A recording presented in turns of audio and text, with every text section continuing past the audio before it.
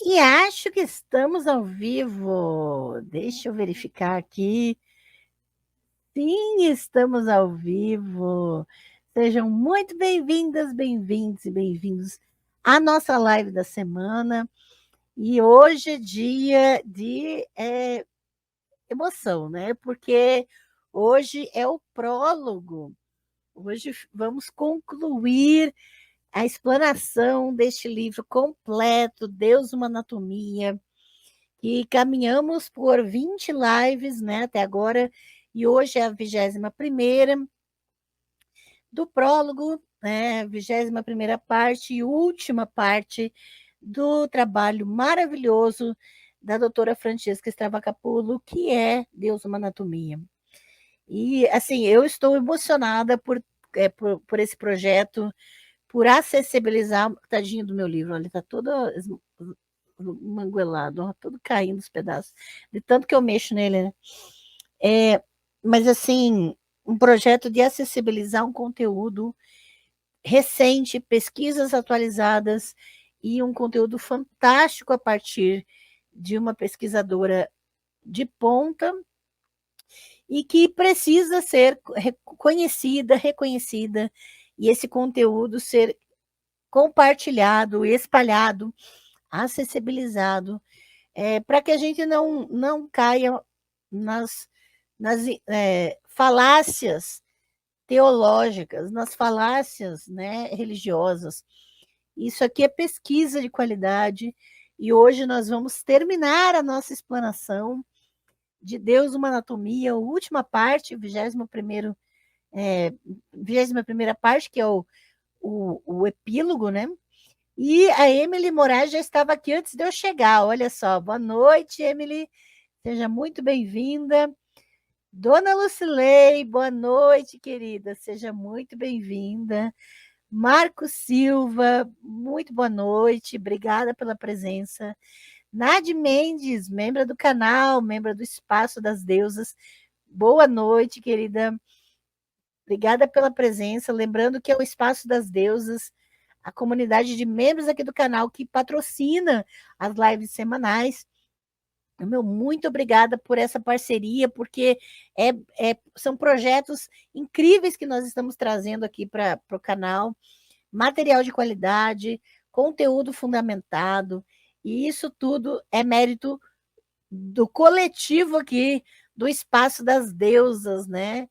Muito obrigada a todos pela presença. Roger Sanassi, espero que eu esteja pronunciando corretamente, ou Sanassi, né? Boa noite, seja muito bem-vindo, Roger. Obrigada pela presença, obrigada por estar aqui, né, acompanhando. Hoje, então, vamos falar dessa autópsia divina. Vamos entender um pouco sobre a decomposição do corpo divino. Nós vimos na última live do capítulo 20 da explanação do Deus, uma anatomia, especificamente como no antigo sudoeste asiático, você tinha no imaginário, eram era voltado para entender as divindades com o corpo físico. Corpo físico, as estátuas das divindades eram consideradas seus corpos. Haviam ritos de vivificação dessas estátuas, e as pessoas entendiam os corpos divinos como gigantescos, como que preenchendo seus templos, que eram as casas dos deuses, né? Mas com o tempo, com a centralização religiosa, com as mudanças políticas, há um interesse em invisibilizar as divindades e, de alguma maneira, torná-las transcendentes, torná-las distantes. Há muita influência do zoroastrismo aqui, mas a grande questão é que no antigo sudoeste asiático não era só Javé, mas eram todas as divindades que eram físicas, gigantescas, palpáveis, que moravam nos seus templos, mas que posteriormente com o nascimento dos monoteísmos, essas divindades vão se tornando invisíveis, vão se tornando distantes das pessoas. E isso favorece o controle das elites religiosas, né? Então, hoje nós vamos ver a questão dessa autópsia, o que isso significa, vamos entender como se encerra essa aventura, essa jornada pelo corpo divino, né? E olha quem chegou aqui, mais um membro do canal, Tiago Faria Melo, boa noite, muito obrigada pela presença, seja bem-vindo. E a nossa jornada, né, esse ciclo de Deus uma anatomia está finalizando. Nós temos várias coisas maravilhosas para trazer aqui para o canal. Nós estamos com 184 membros ativos do Espaço das Deusas, que é a comunidade de membros do canal. Eu quero agradecer aos últimos membros que reativaram ou se tornaram membros desde a última live da semana passada. Adriel da Cruz, que reativou sua membresia, Lu TVG, que reativou sua membresia, Peterson Vinícius, que reativou sua membresia, Paula Caldas, nova membra do canal do Espaço das Deusas, seja muito bem-vinda, Fabiano Rodrigues, que reativou sua membresia, Leandro Marques, que reativou sua membresia. É importante essa reativação, porque todo mês o YouTube pode acabar desativando sua membresia sem que você queira. E por isso, todo mês você precisa verificar se está ativo e reativar mensalmente para que você não perca nenhum sorteio de livros. Todo último domingo do mês tem sorteio de livros e cursos aqui no canal, ao vivo, e somente membros ativos do canal concorrem. E quem participa da live do sorteio ao vivo também concorre a livros, né? Olá, Rafael Fonteneles, boa noite, seja muito bem-vindo, obrigada pela presença. Caleb Dudu, eu amo na primeira live que eu assisti, fiquei afogado com o seu mergulho, como diz, um mergulho que traz todos nós. Muito obrigada, viu, Caleb? Obrigada de coração por esse retorno. Gente, hoje, na playlist Deus uma Anatomia, hoje é a 21ª live. É o epílogo do livro. Nós viajamos por 20 capítulos até agora, hoje é o 21º, o epílogo da obra. Então, hoje nós completamos a nossa playlist Deus uma Anatomia, que está gratuita aqui no canal, com a explanação deste conteúdo fantástico, que não existe em português, mas agora, neste canal, toda a explanação está aqui completa. Lembrando que eu finalmente, como prometido, coloquei o arquivo de slides dos 21 capítulos, da explanação dos 21 capítulos, de todo o conteúdo da playlist. Eu acabei de colocar em formato PDF no Drive do Espaço das Deusas. Sim, os membros do canal têm acesso aos slides das lives. Então, se você se torna membro do canal, não me esqueça de me mandar um e-mail para fornecer seu nome completo, endereço dos correios para receber seu brinde e também para receber por e-mail o acesso ao Drive do Espaço das Deusas e a explanação de todos os seus benefícios. É muito importante que você tenha consciência de tudo que faz parte, tudo que você tem direito se tornando membro aqui do canal. Então, sejam muito bem-vindos mesmo a se inscreverem, a se tornarem membros, a compartilharem. Já deixa seu like, não esqueça. E lembrando que todos os membros que não fizeram ainda, ou se você se tornar membro, é só mandar um e-mail para mim. O meu e-mail está aqui na tela. Principalmente porque eu não tenho acesso ao e-mail de vocês aqui pelo YouTube. Nem o YouTube não me fornece o e-mail dos membros. Então, eu preciso que os membros enviem um e-mail para mim com seu nome completo e endereço dos correios para que eu envie seu pacote físico de brinde e também possa liberar para o seu endereço de e-mail todos os benefícios do Espaço das Deusas, independente da categoria que você escolhe. Então, com R$ 5 por mês, você já é membro, tá? Não é caro e é uma forma de nós construirmos juntos esse espaço de apoio mútuo, de muito conteúdo, tá? Então, olha só o que 2025 promete. Monstros de Deus comigo e com Sueli Feliziane. Livros em inglês que vamos explanar aqui no canal em português, como fizemos com Deus uma Anatomia. Olha só que maravilha. Ritos de Sangue, da doutora Bárbara. Só pesquisa atualizadíssima.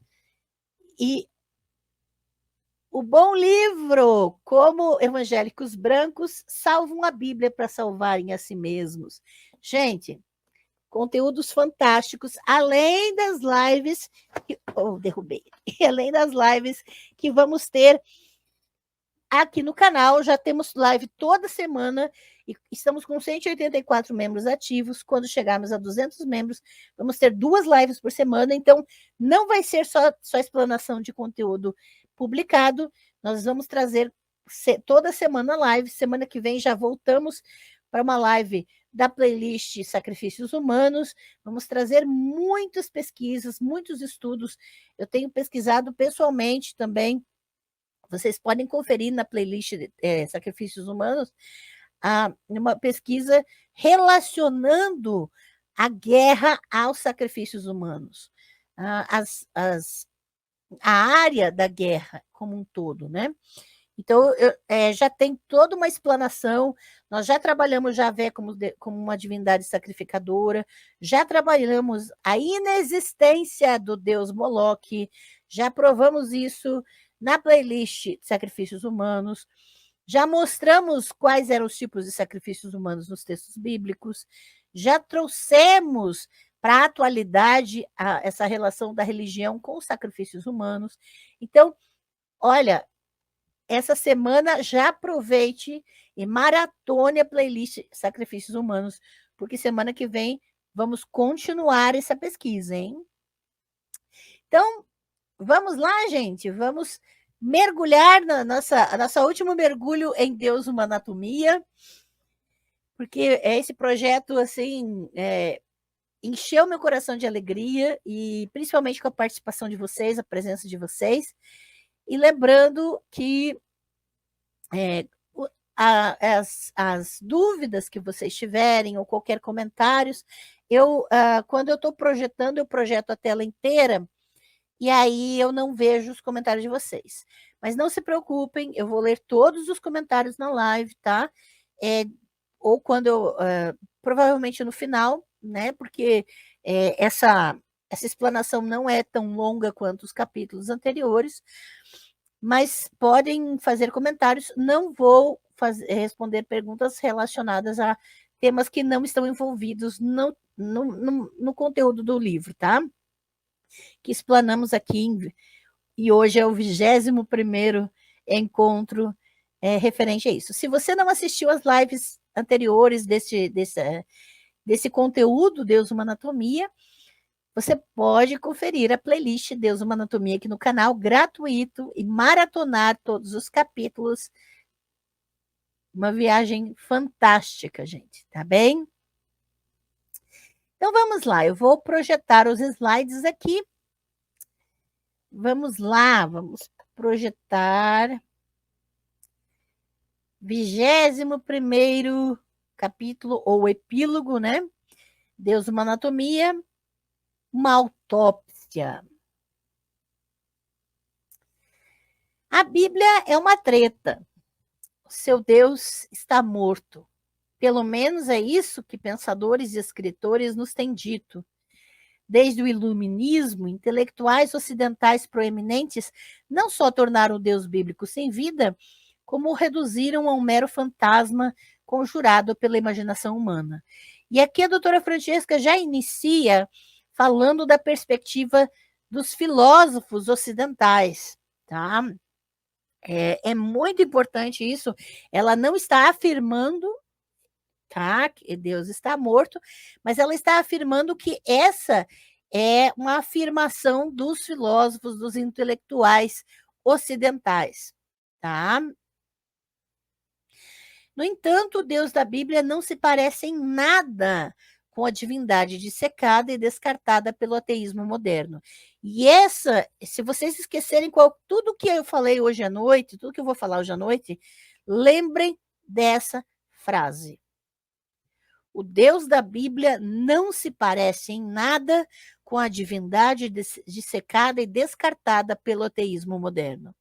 A divindade que os ateus combatem não é nenhuma divindade que está nos textos bíblicos. Tudo o que os ateus combatem não está nos textos bíblicos, tá? Essa divindade que os ateus combatem é uma divindade criada pelos cristianismos e pelos judaísmos, tá? É uma divindade criada pelos monoteísmos. Então, ela não está diretamente relacionada com os textos bíblicos. Porque nós vimos aqui, nas 20, pelo menos, fora as lives que eu fiz de outros assuntos, mas pelo menos nessas 20 lives anteriores da playlist Deus Uma Anatomia, nós vimos que as divindades dos textos bíblicos são divindades físicas, corporais, e que estão completamente acessíveis e visíveis, fáceis de descrever. O ateísmo moderno combate uma divindade transcendente dos monoteísmos, tá? É completamente diferente.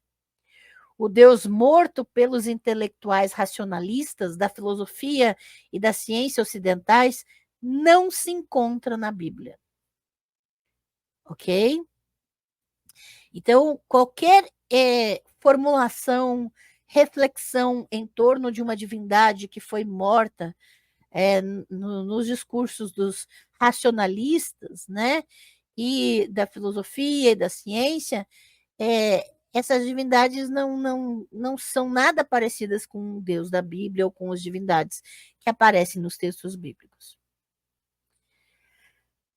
A sua divindade morta é um ser híbrido pós-bíblico, uma inteligência artificial desencarnada e sem ciência, montada ao longo de 2000 anos a partir de restos selecionados do antigo misticismo judaico, filosofia grega, doutrina cristã, iconoclastia protestante e do colonialismo europeu. Então, você pega uma bacia e bota tudo isso dentro dela, né?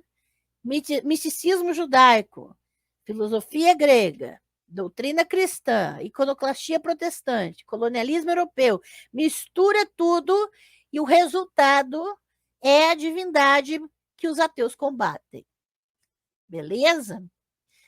Na era contemporânea, esse ser composto tornou-se um deus que se esqueceu de criar os dinossauros e não conseguiu explicar a evolução. Um Deus que permite que o câncer mate crianças, mas odeia o aborto. Um Deus que está em todo lado e vê tudo, mas permanece ausente e não diz nada. Mas o Deus moderno do Ocidente, o Deus antigo da Bíblia, são seres muito diferentes. E nós vimos isso aqui. Se o cadáver do Deus bíblico fosse colocado numa laje diante de nós, o que é que veríamos? Imagine só agora o corpo da divindade que estudamos nessa playlist completa, o corpo dessa divindade antiga, numa laje, deitada.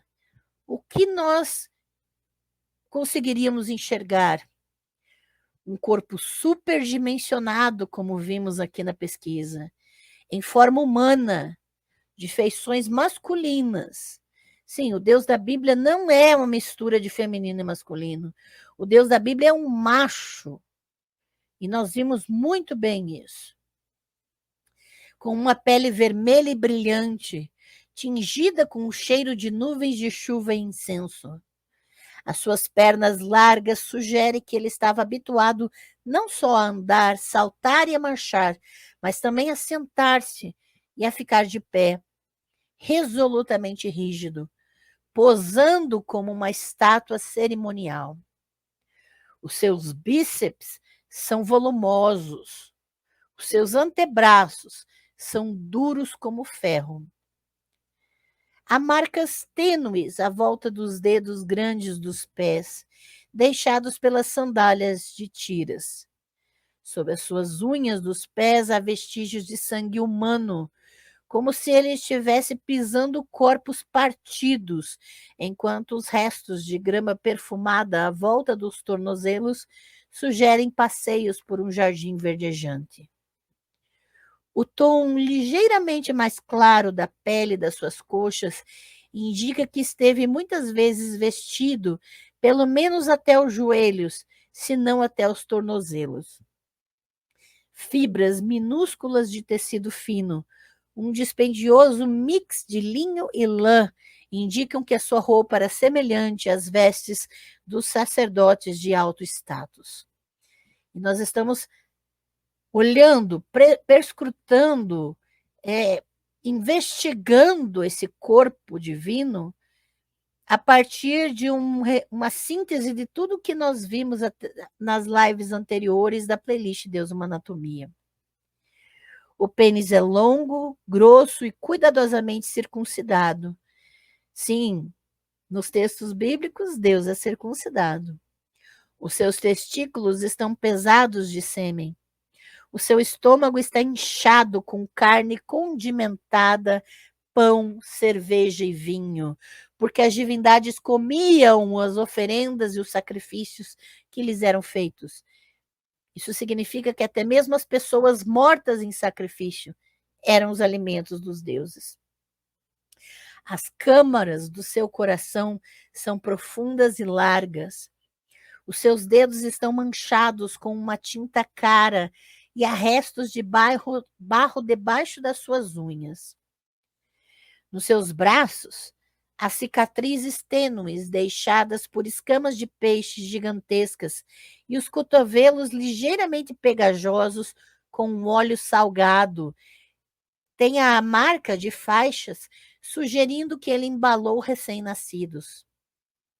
Vestígios do líquido de curtume usado pelos trabalhadores de peles numa faixa à volta do braço esquerdo e até a palma da mão, uma substância residual deixada por uma longa tira de couro do tefilim.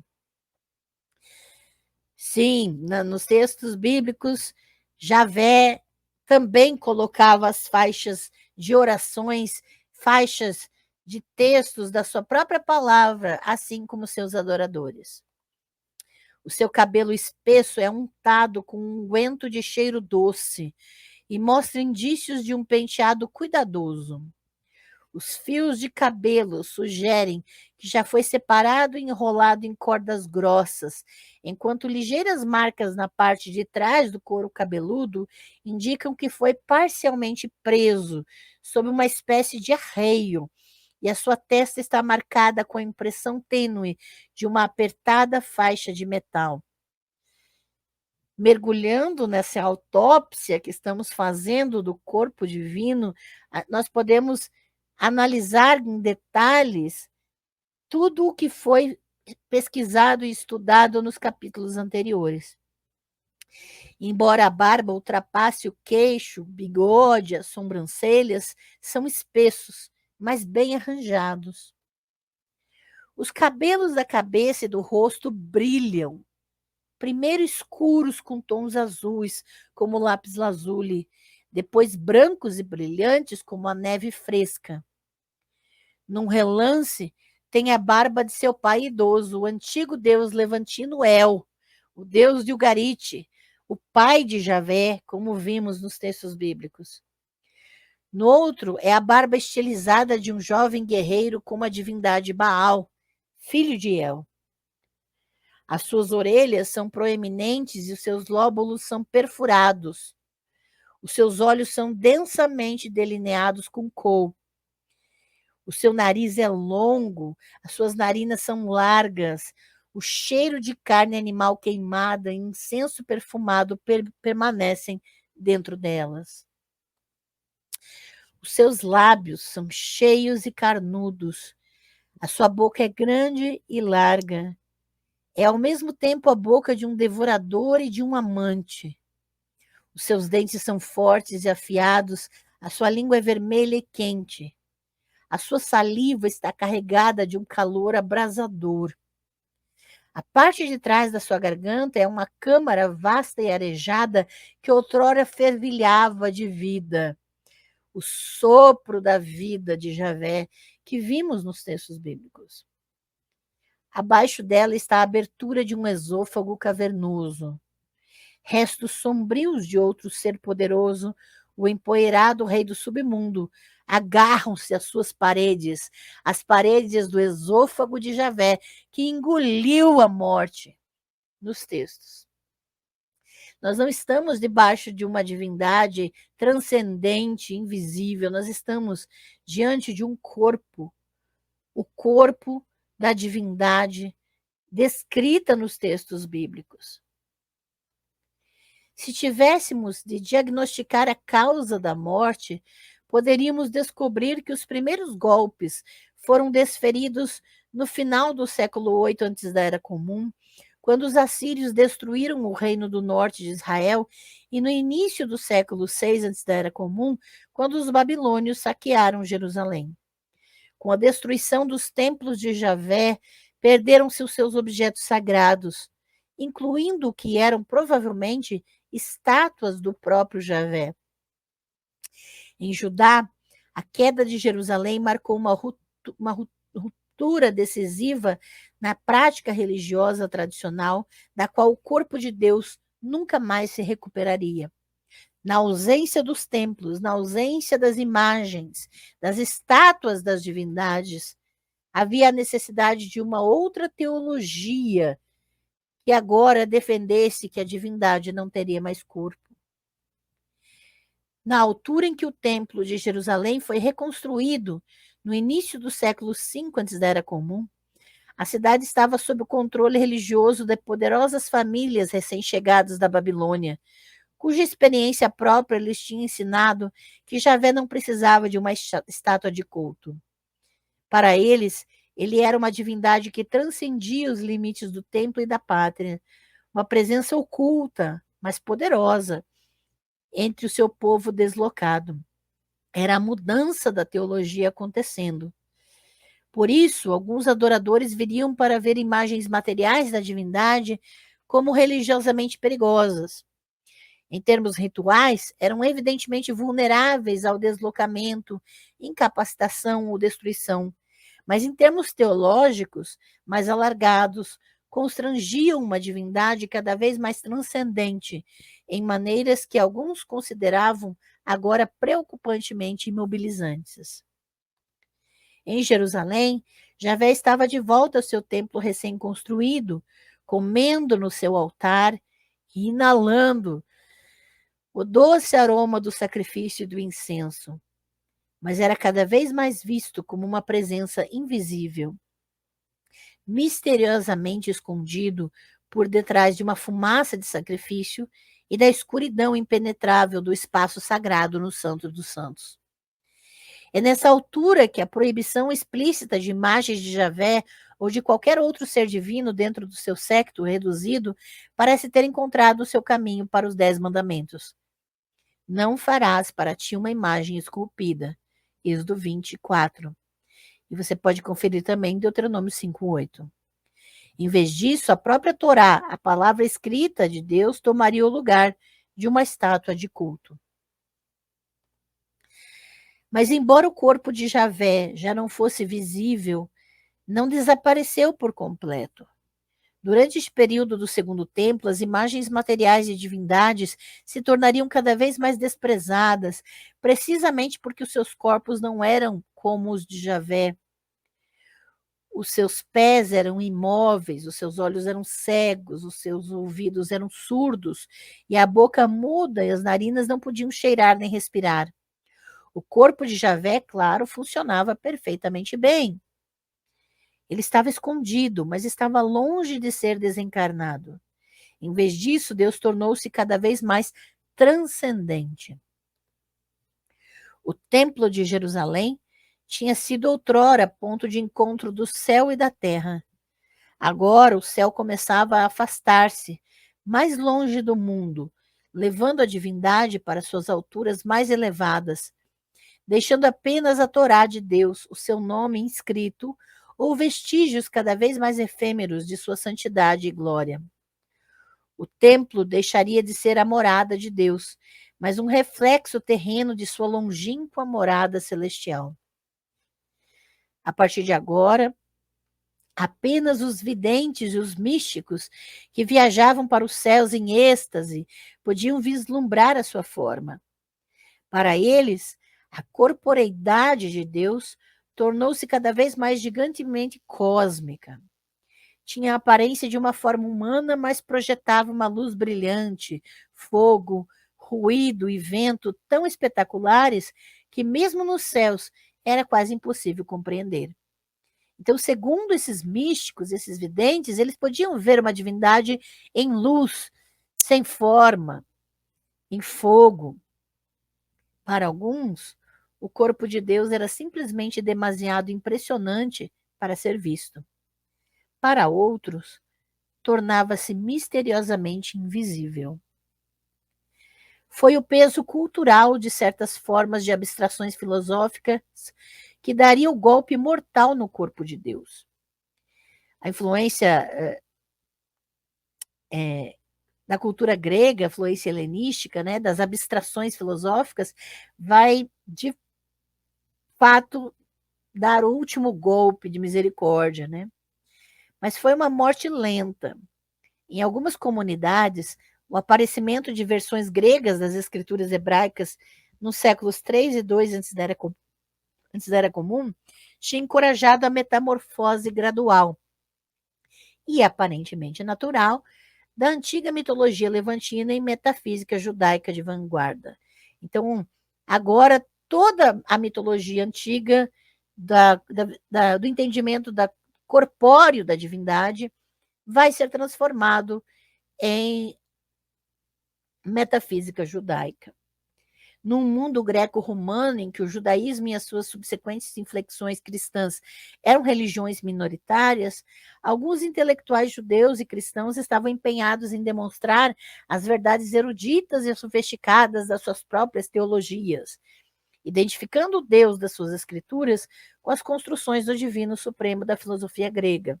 Então, agora começam-se a inserir ideias abstratas sobre Deus e relacionando isso com os textos bíblicos, que na verdade não tem relação alguma.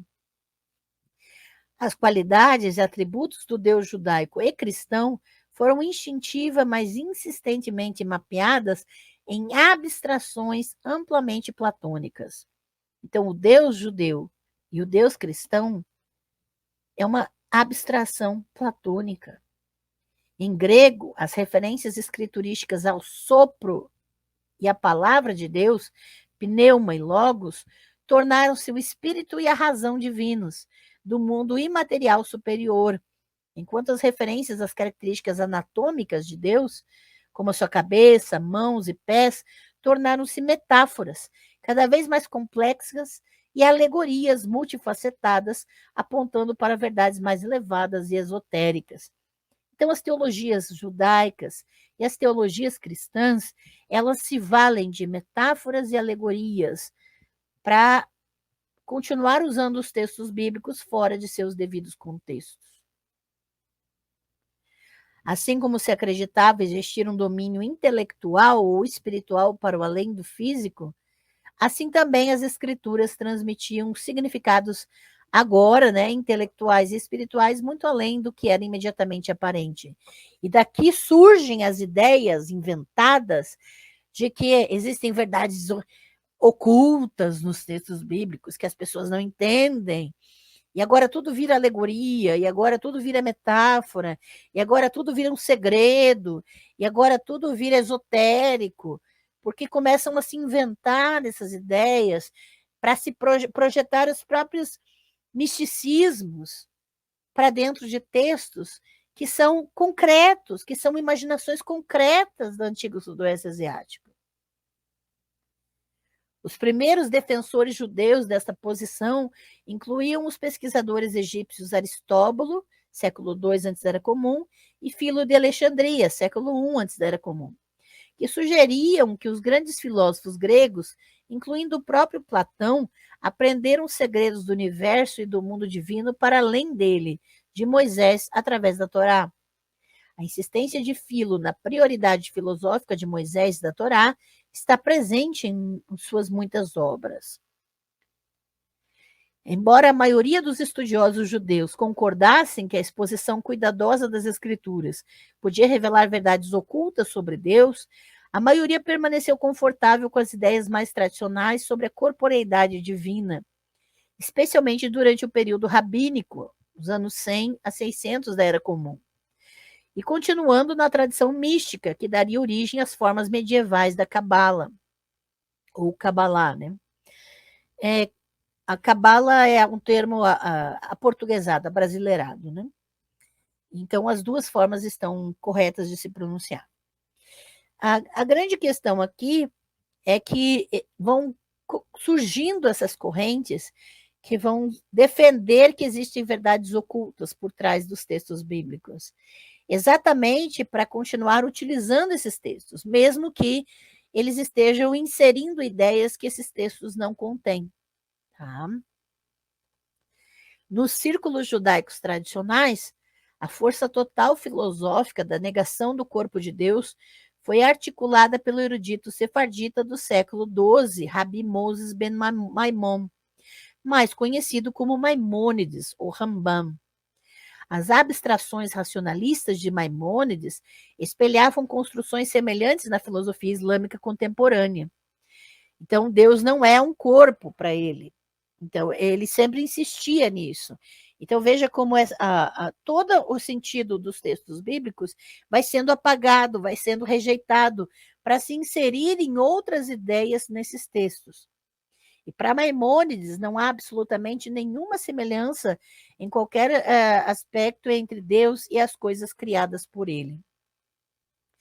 Para Maimônides, as representações antropomórficas de Deus na Bíblia hebraica serviriam simplesmente como um meio de instruir os adoradores, falando-lhes de Deus na linguagem das pessoas comuns.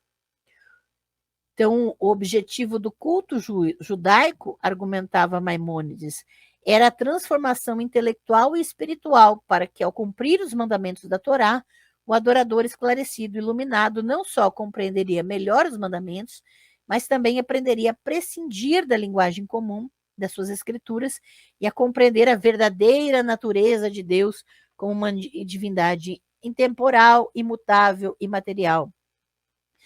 O atemporal, desculpa, totalmente diferente de tudo que existe no mundo criado. Então, é uma insistência de agora distanciar essas ideias concretas dos textos bíblicos para uma filosofia mística que vai trazer um caminho de revelação.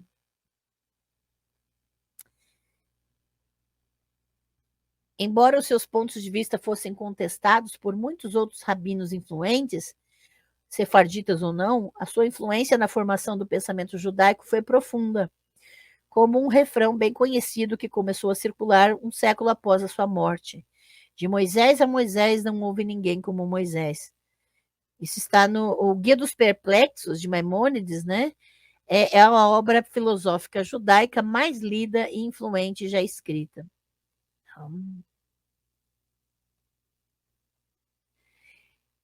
Entre certos pensadores cristãos, a erradicação do corpo de Deus foi relativamente e necessariamente mais rápida. Nos primeiros séculos do cristianismo, a ocultação e invisibilidade de Deus dariam origem a declarações de que Deus não tem corpo, embora muitas autoridades cristãs continuem a discordar com veemência e muitas vezes com violência. Filosoficamente, o lado vencedor tinha sido persuadido pela insistência platônica na incorporeidade e imaterialidade do divino. Então, a filosofia platônica continua determinando as teologias cristãs, de que Deus é invisível, de que Deus não tem um corpo, né? Mas, teologicamente, foi a afirmação de que o próprio Cristo era Deus encarnado, em carne e osso, que estava no topo das mentes eruditas. Os pais da igreja cristã finalmente concordaram que essa era a única forma de Deus ter revelado verdadeiramente o seu corpo oculto. Por um curto período de tempo, o Deus imaterial e invisível tinha se tornado um homem mortal, nascido para morrer, ressuscitar e subir de novo ao céu para dar vida eterna à humanidade. Embora o que isso significava ainda estivesse em debate, porque não é uma questão de isso todo cristão crê. Não. Na época em que essa ideia surgiu, ela ainda era, o que isso significava ainda estava em debate. Os cristãos, as linhas dos cristianismos existentes discutiram muito isso nos concílios, principalmente de acordo com os interesses dos imperadores, né? Agora, os fiéis podiam continuar a encontrar a encarnação na Eucaristia, na qual o corpo divino era ritualmente materializado como pão e vinho. Para estes teólogos, tão empenhados em afirmar a verdade única da sua fé, como a sua fé fosse única, né? Era Cristo que tinha o monopólio exclusivo da corporeidade divina.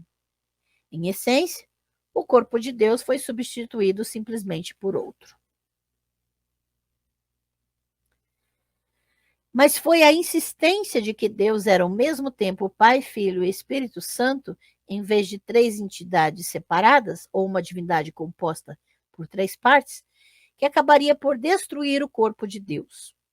No Concílio de Calcedônia, 451 da Era Comum, os bispos reunidos do Oriente e do Ocidente concordaram finalmente que, como Pai, Filho e Espírito, Deus era uma natureza ou substância divina singular, distinguível em três pessoas apenas pela forma como cada uma possuía essa substância. Então, essa decisão a respeito da Trindade foi decidida em 451 da Era Comum. Tá? Isso não era um dogma antes disso. E você pode conferir as datas de nascimento dos dogmas da igreja através dessa coleção aqui, História dos Dogmas, são 4 volumes, é fácil de encontrar pela Edições Loyola, tem na Amazon, então é fácil de adquirir. E esses 4 volumes vão trazer em detalhes a documentação dos concílios dos cristianismos, né, da igreja cristã, da história da igreja cristã. Então, você pode ter em detalhes esses documentos, como foram decididas essas questões nesses 4 volumes da história dos dogmas. Teologicamente, isso colocava o Pai, o Filho e o Espírito numa posição divina igual, sobre a qual os cristãos há muito discordavam, né? Então, não era, na verdade, algo que todos concordavam. Mas o concílio agora protegia contra o triteísmo, ou seja, teoricamente, pelo menos a ideia de que seriam 3 deuses, e defendia o Deus cristão das acusações do polimorfismo.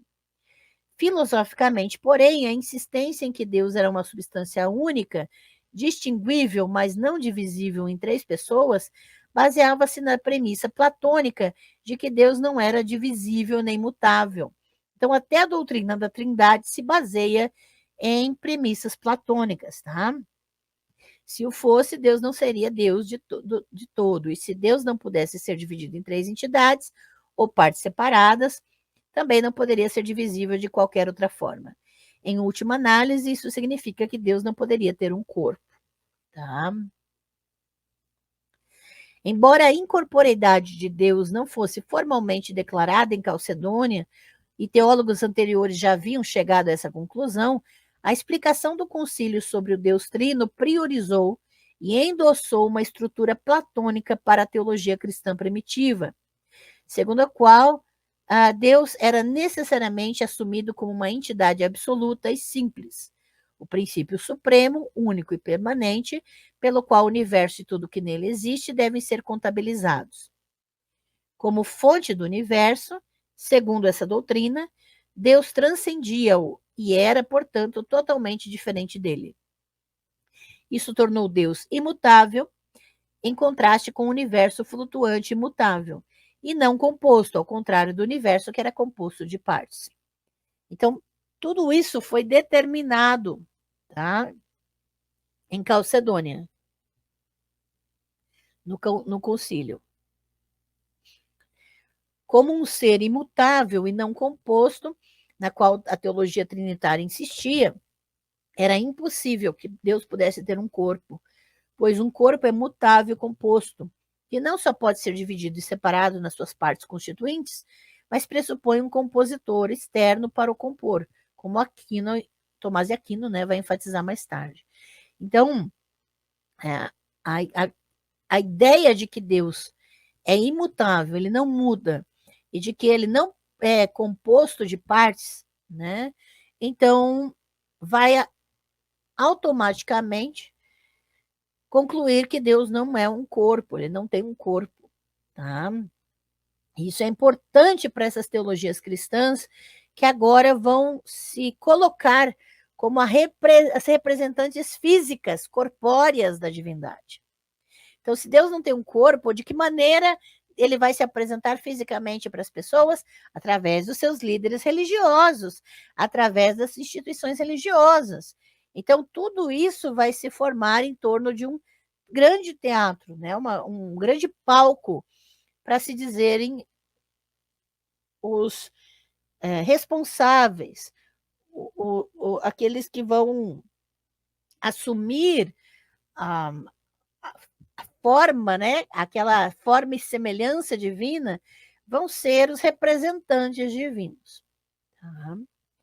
Como princípio e fonte suprema, segundo essa teologia, Deus não poderia ter nem um corpo, nem um compositor. O divino é inerentemente simples, não composto.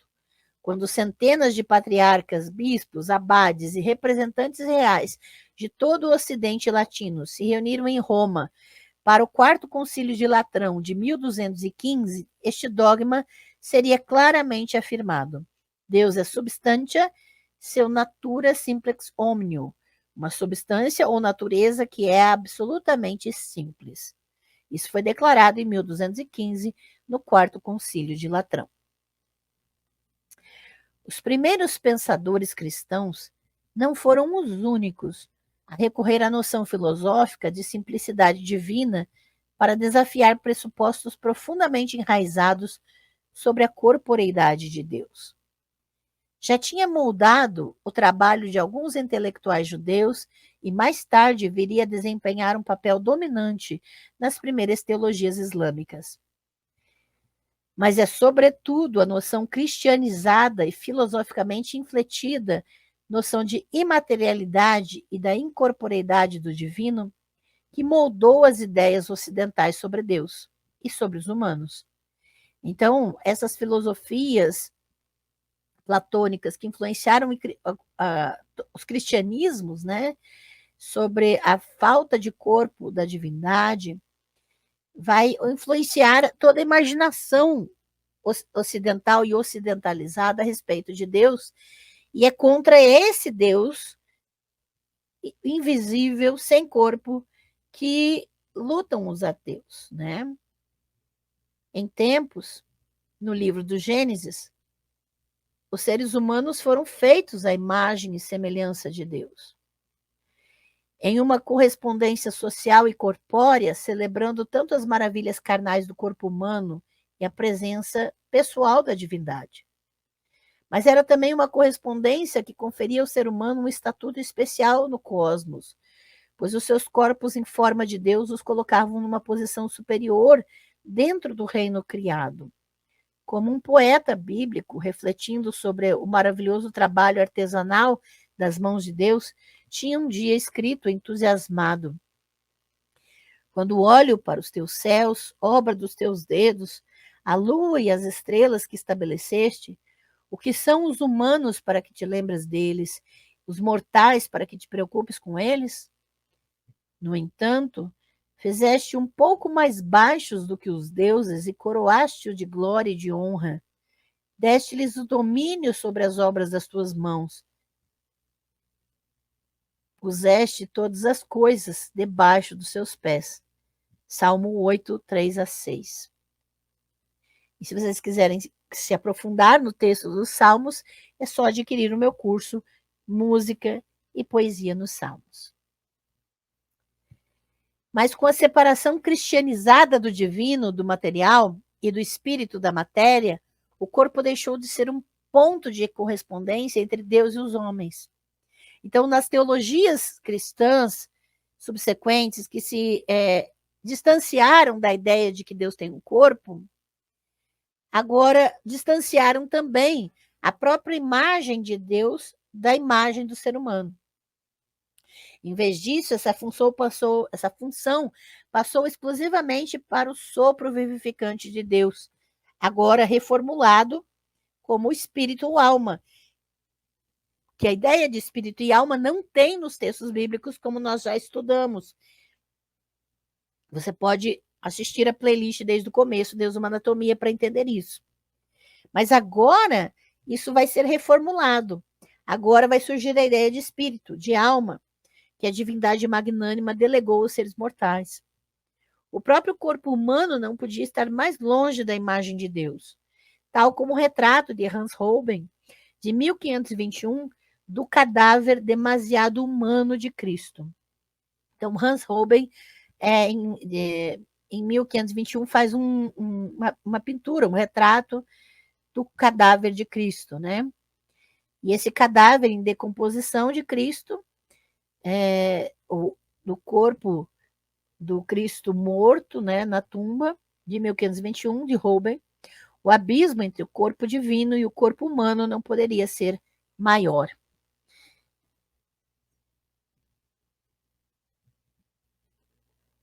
Então, aqui você pode ver esse retrato que Holbein faz do cadáver de Cristo, como separa completamente tudo que o imaginário sobre o divino está construído nas teologias, do corpo humano frágil e completamente alheio a tudo que é divino nesse imaginário, né?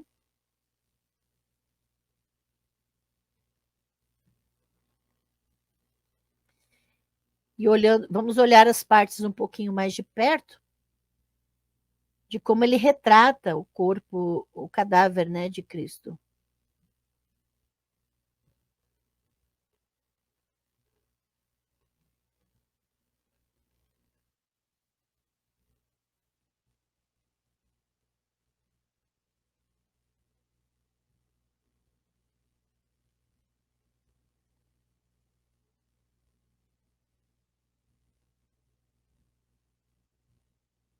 As cores, a textura da pele, os dedos roxos, né?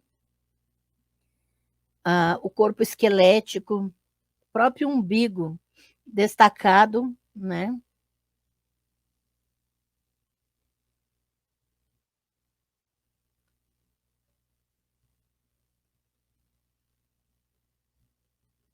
Os dedos, as unhas escuras,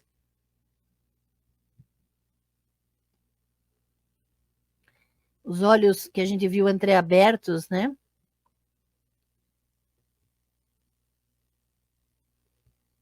Os machucados, os hematomas.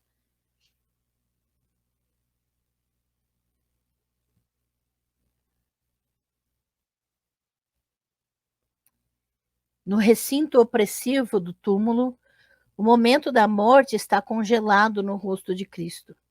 Seus olhos estão vidrados e virados para a cabeça. A sua boca imóvel está aberta. O vazio do corpo é marcado pela sua estrutura óssea que se projeta sob a pele em colapso. O sangue sem vida cobre as feridas da crucificação.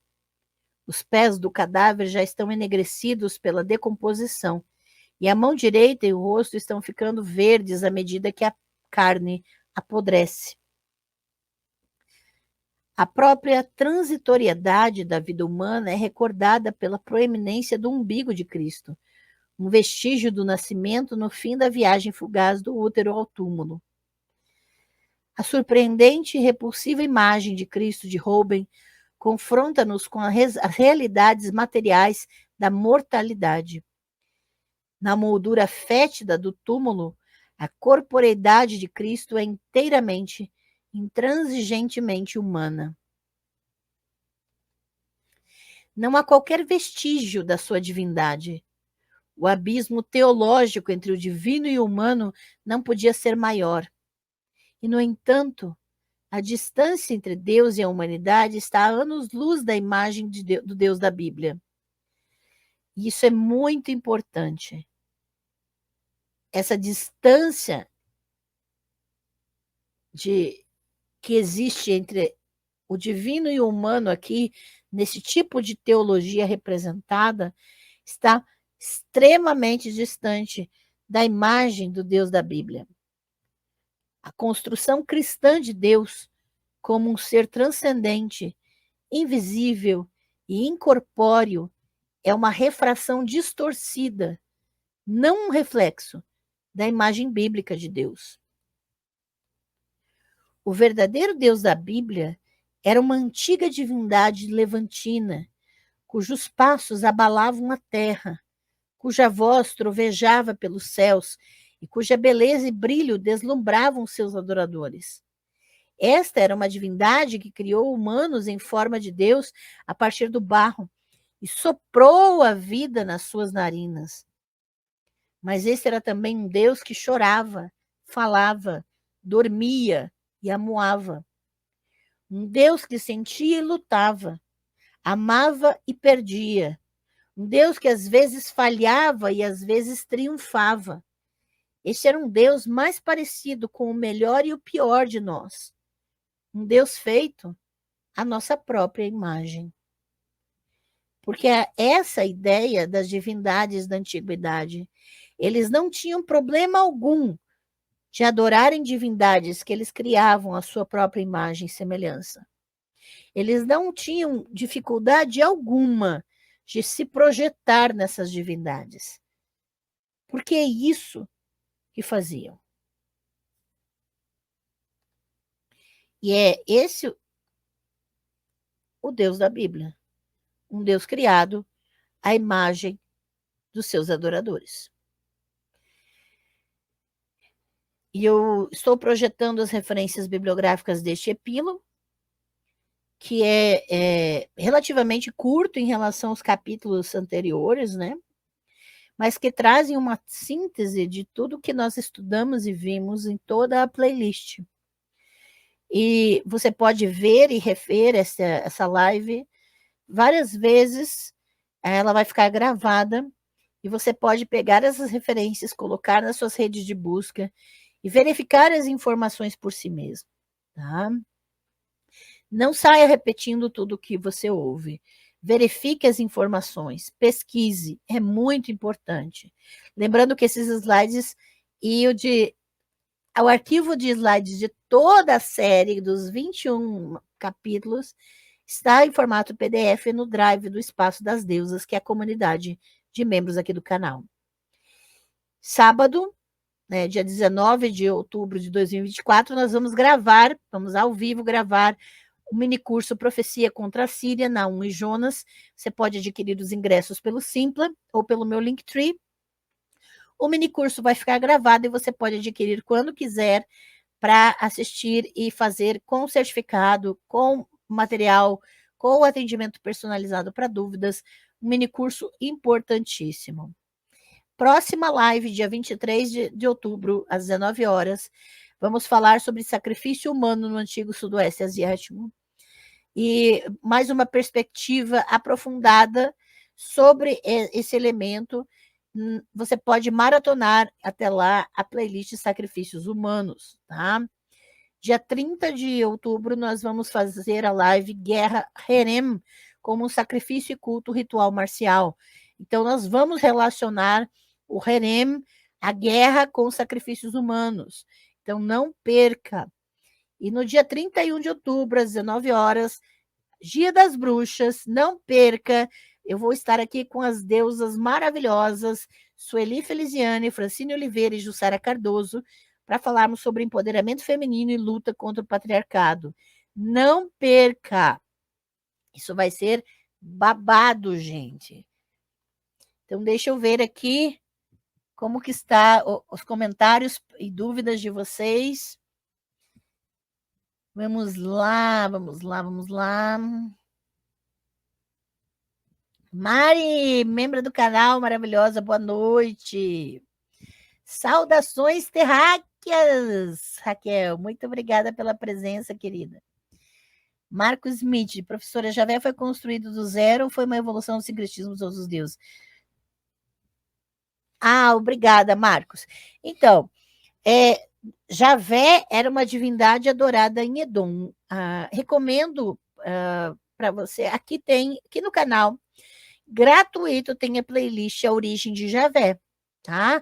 É um mini curso em 6 aulas, se não me engano, 6 vídeos curtos, tá? Não são vídeos longos. Tem a origem de Javé. Isso eu já expliquei completamente aqui. Então, nenhuma divindade é construída do zero, tá? Como eu falei aqui hoje e também exploro nas lives anteriores, as divindades são reflexos das culturas que as adoram, tá? As pessoas vão adorando divindades de acordo com as necessidades que essa cultura possui. Então, mas nós não podemos também projetar para a antiguidade o sincretismo. Sincretismo é um fenômeno específico das ciências da religião, e nós temos que ter um pouco de cuidado ao usar essa nomenclatura, porque sincretismo é um fenômeno que precisa ser identificado pela pesquisa científica, tá? Porque para ser sincretismo, deve ser religiões estruturadas, como se identifica hoje.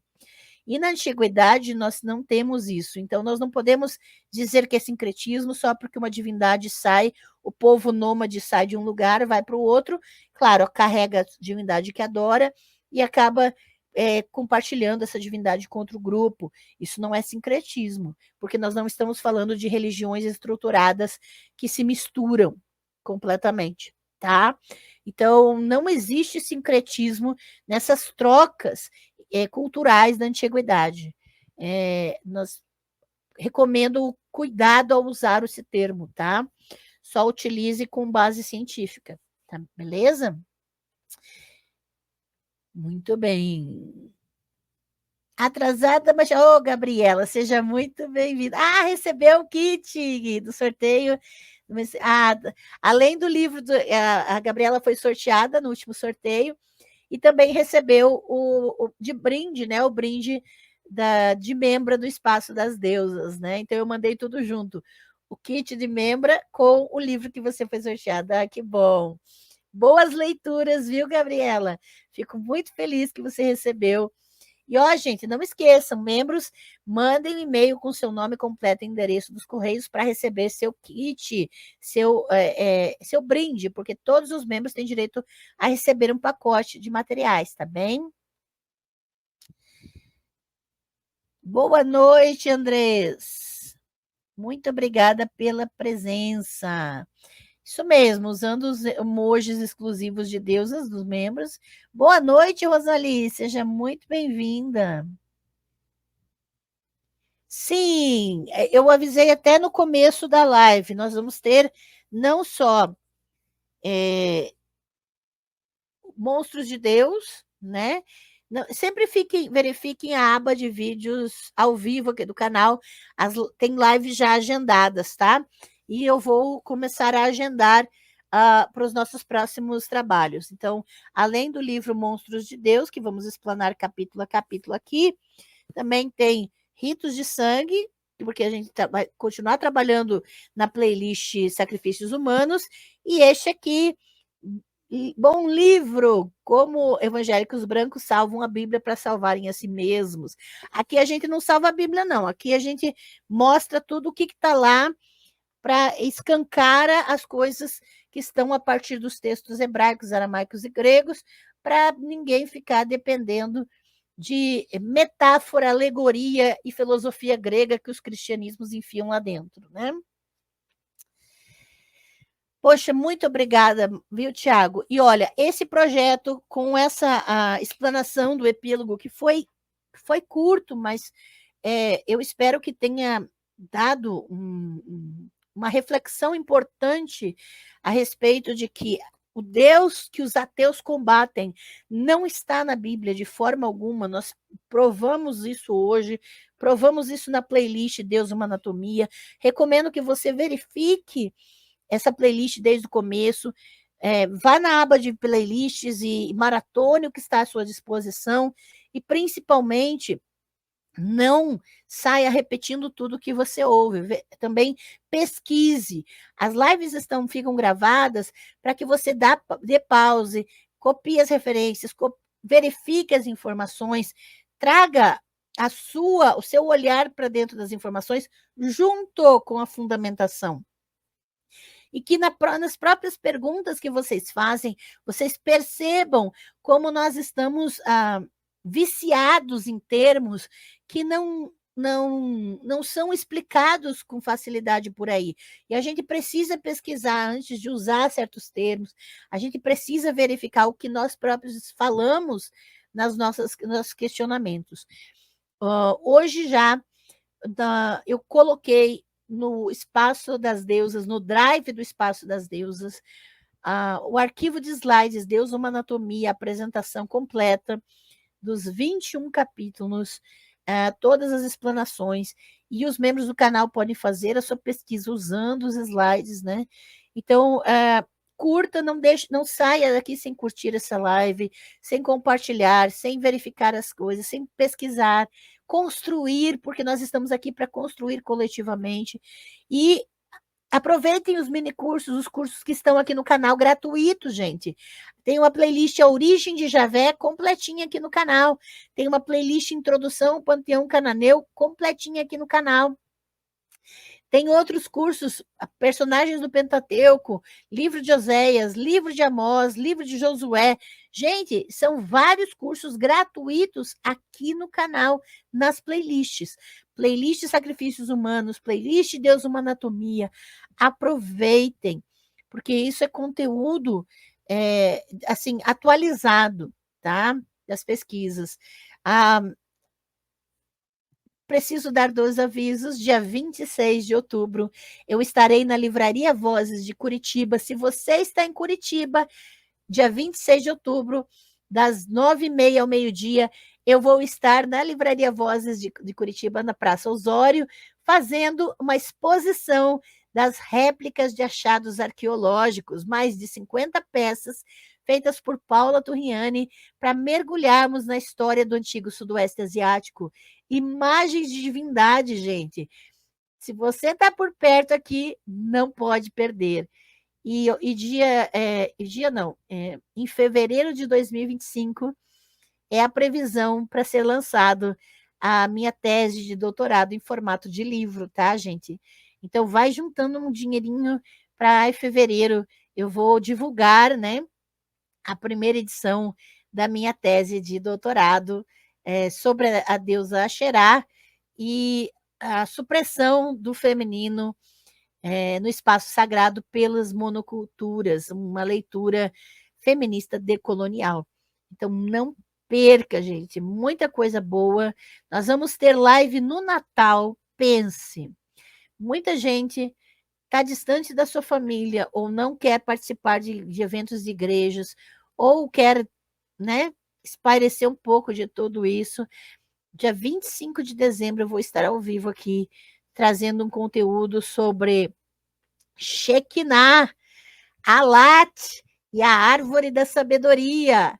Não perca, é só ir na aba de vídeos ao vivo, tá tudo já agendado até o fim do ano. Então, olha, nós vamos ter muito conteúdo bom. Dia 25 vai ter live. Uma semana antes do dia 25, eu vou falar sobre as teologias progressistas, tá? Então, para quem está cansado de me ouvir falar, comentar nas lives sobre isso, então eu vou abrir um pouco o jogo em dezembro na live, tá bom? Vamos falar fazer uma live só sobre isso, teologias progressistas alimentando o fogo do sacrifício colonial, tá? É o nome da live. Não percam, gente. Vamos conversar sobre isso, vamos tirar as dúvidas. E lembre, faça questionamentos sobre o assunto da live, aproveite para fazer suas pesquisas. Vamos construir, gente. não vamos ficar recebendo tudo que a gente ouve como verdade sem pesquisar, porque a gente não pode ficar refém de tudo que as pessoas dizem, sem saber, sem fundamento, tá bem? Muito obrigada mesmo. Obrigada, Moacir, obrigada mesmo. A jornada de live desse livro foi maravilhosa. Muito obrigada. Realmente, eu estava um pouco antes de começar a live, Mari, eu estava quase chorando de emoção, assim, porque se pensar, eu já tinha traduzido pelo menos 2 livros aqui para o canal, já tem, né? Eu traduzi ali o livro sobre Sarai, né, em 2 lives, e traduzi um livro, A Invenção da Sodomia na Teologia Cristã, que está aqui no canal, em 2 lives também. Mas este livro, né, capítulo a capítulo, uma jornada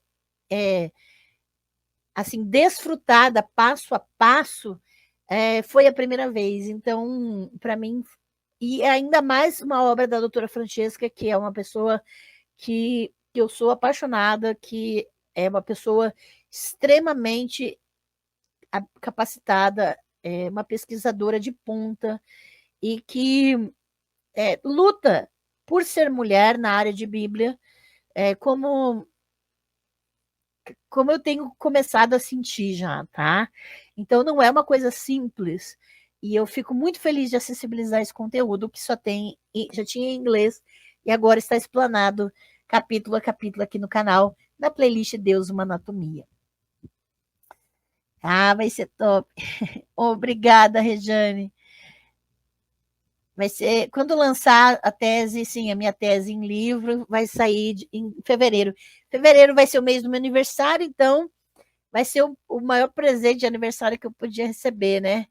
A minha tese em formato de livro. Um casal se disponibilizou a patrocinar essa publicação, então foi assim uma alegria e vai sair em fevereiro.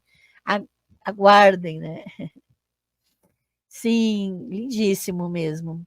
E é emocionante, e eu convido você a rever a playlist completa, Deus uma Anatomia, passando capítulo a capítulo. Às vezes a gente perde coisas quando está ao vivo.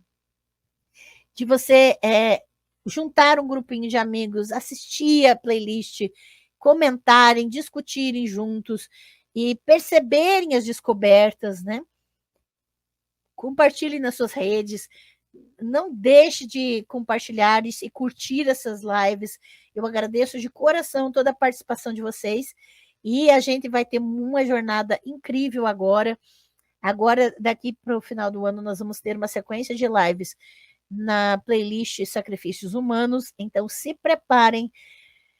Não vai ser moleza, não vai ser fácil de engolir algumas coisas, mas nós precisamos falar sobre isso, tá? A playlist de Sacrifícios Humanos é uma playlist extremamente sensível, conteúdo sensível, mas é importantíssimo que nós tenhamos consciência de que, já que as divindades são reflexo, produto das culturas humanas, produto do imaginário humano, então nós já vamos perceber por que essas divindades exigiam sacrifícios humanos, exigiam sangue, exigiam tamanho violência. Tá bem?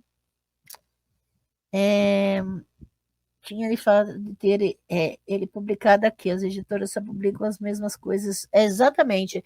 Por quê? Porque o que é publicado vai responder à necessidade das igrejas, aqui, ou o desejo das igrejas, das faculdades teológicas confessionais, que vão sempre querer algo que se adeque às suas teologias, né? Ou a questão de pessoas que têm poder dentro da academia, né?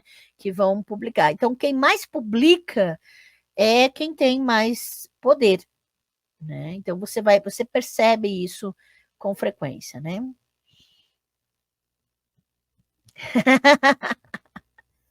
Poxa, eu falei com a Francesca, né? Eu conversei com ela, e inclusive ela falou que ela não detém o direito dessa obra. quem detém os direitos de tradução dessa obra é a editora, tá? Lá, então, na Inglaterra. Então, não, nem ela tem como negociar a questão da tradução, para publicar a tradução, tá? Ai, por favor, faça propaganda mesmo. E não percam, tá, gente? Vai ter muita coisa interessante. Deixa eu já mostrar as lives depois de outubro para vocês. Eu acho que aí vocês já podem ir se preparando, né? Então, nós vamos ter deixa eu ver aqui. Aí. Então, vai ter a live do Dia das Bruxas. Aí, olha só, dia 6 de novembro, infanticídio de Deus na noite da Páscoa. Nós vamos falar sobre Êxodo 12, à luz dos antigos rituais egípcios, tá? Vamos falar do infanticídio de Deus, sim, a matança dos primogênitos egípcios, né? Feitas pelo próprio Deus na narrativa de Êxodo, capítulo 12. Então, se preparem, tá? Dia 13 do 11, vamos falar sobre. Deixa eu ver se é uma coisa. 6 do 11, 13 do 11. Meninos zombeteiros, calvície e ursos, a honra mortal de Eliseu, em 2 Reis 2, 23 e 24. Vamos ter uma live só sobre 2 versículos da Bíblia, tá? Então, se prepare, porque vai ter muita coisa aqui.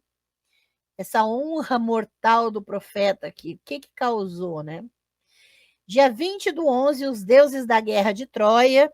Vamos falar sobre a relação das mortes na guerra de Troia às divindades, sim. Dia 27 do 11, sacrifício de sangue, a conexão entre os rituais de morte romanos e o martírio cristão, tá? Dia 4 do 12, sacrifício humano em Colossenses 1:20, como na cultura greco-romana, tá? Dia 11 de dezembro, vamos falar sobre dízimo, economia na Bíblia hebraica. Não percam, vamos entender isso aqui. Dia 18 de dezembro, teologias progressistas alimentando o fogo do sacrifício colonial. Dia 25 de dezembro, sabedoria, Shekinah e Alat, a árvore da sabedoria. Vamos lá na noite de Natal. Gente, se você conhece alguém que foi afastado da família, que está longe dos seus familiares, que não tem, que vai passar o Natal sozinho, não tem relação nenhuma com essa festa, ou que não tem, que não quer, que quer distância do rito cristão, então convide para assistir essa live, que vai ser incrível, gente. Não perca, um monte de gente já pediu para eu falar sobre Shekinah. E vamos falar então, né? Vamos falar então.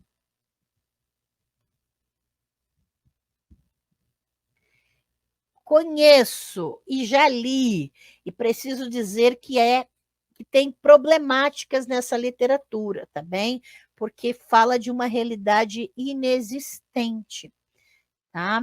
Recomendo que você faça os cursos da Sueli Feliziane, da Bibliopreta, que analisam essas obras, que falam sobre essas obras, tá?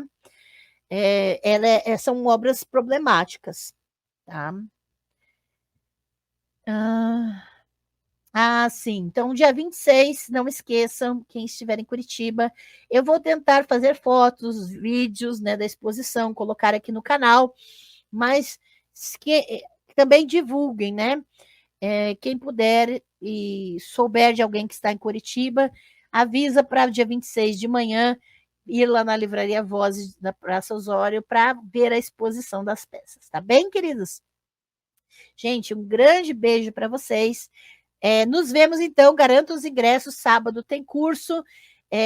E na quarta-feira da semana que vem, sacrifícios humanos no antigo Sudoeste Asiático. Não percam, beleza?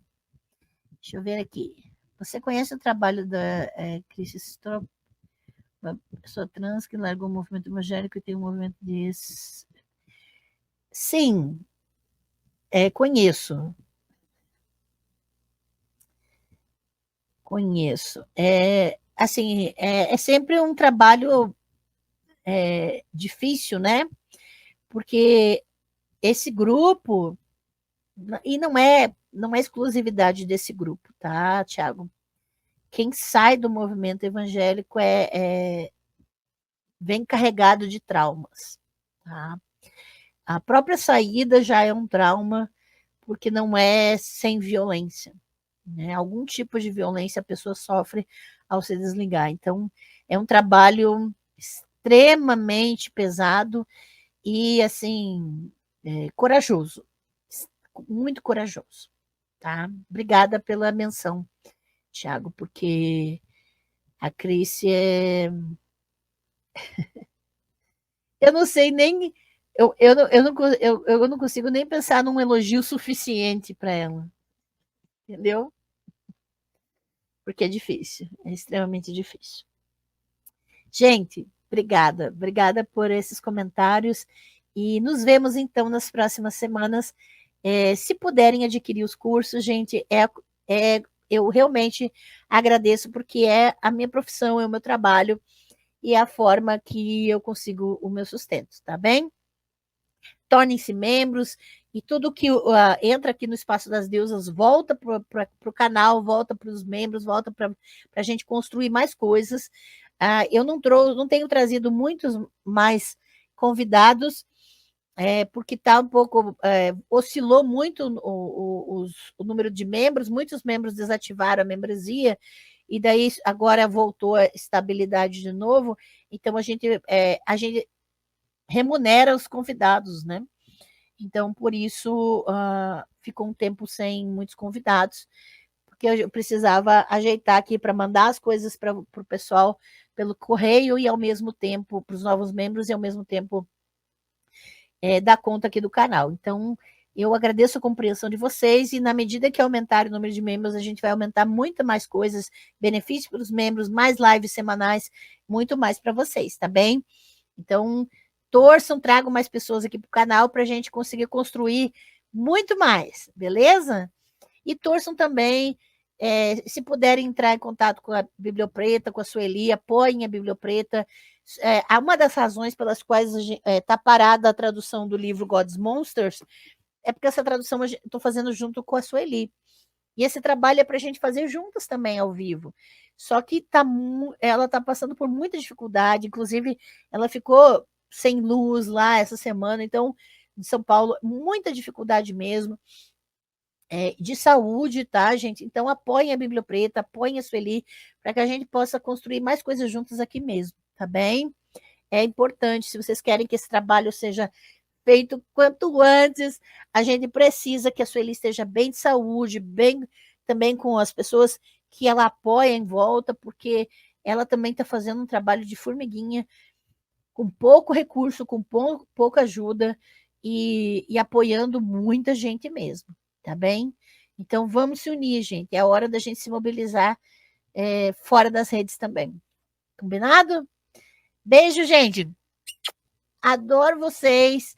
Muito obrigada pelo carinho, obrigada pelo apoio. E a gente se vê nas nossas programações da vida aí. Um grande abraço e até a próxima, pessoal. Tchau.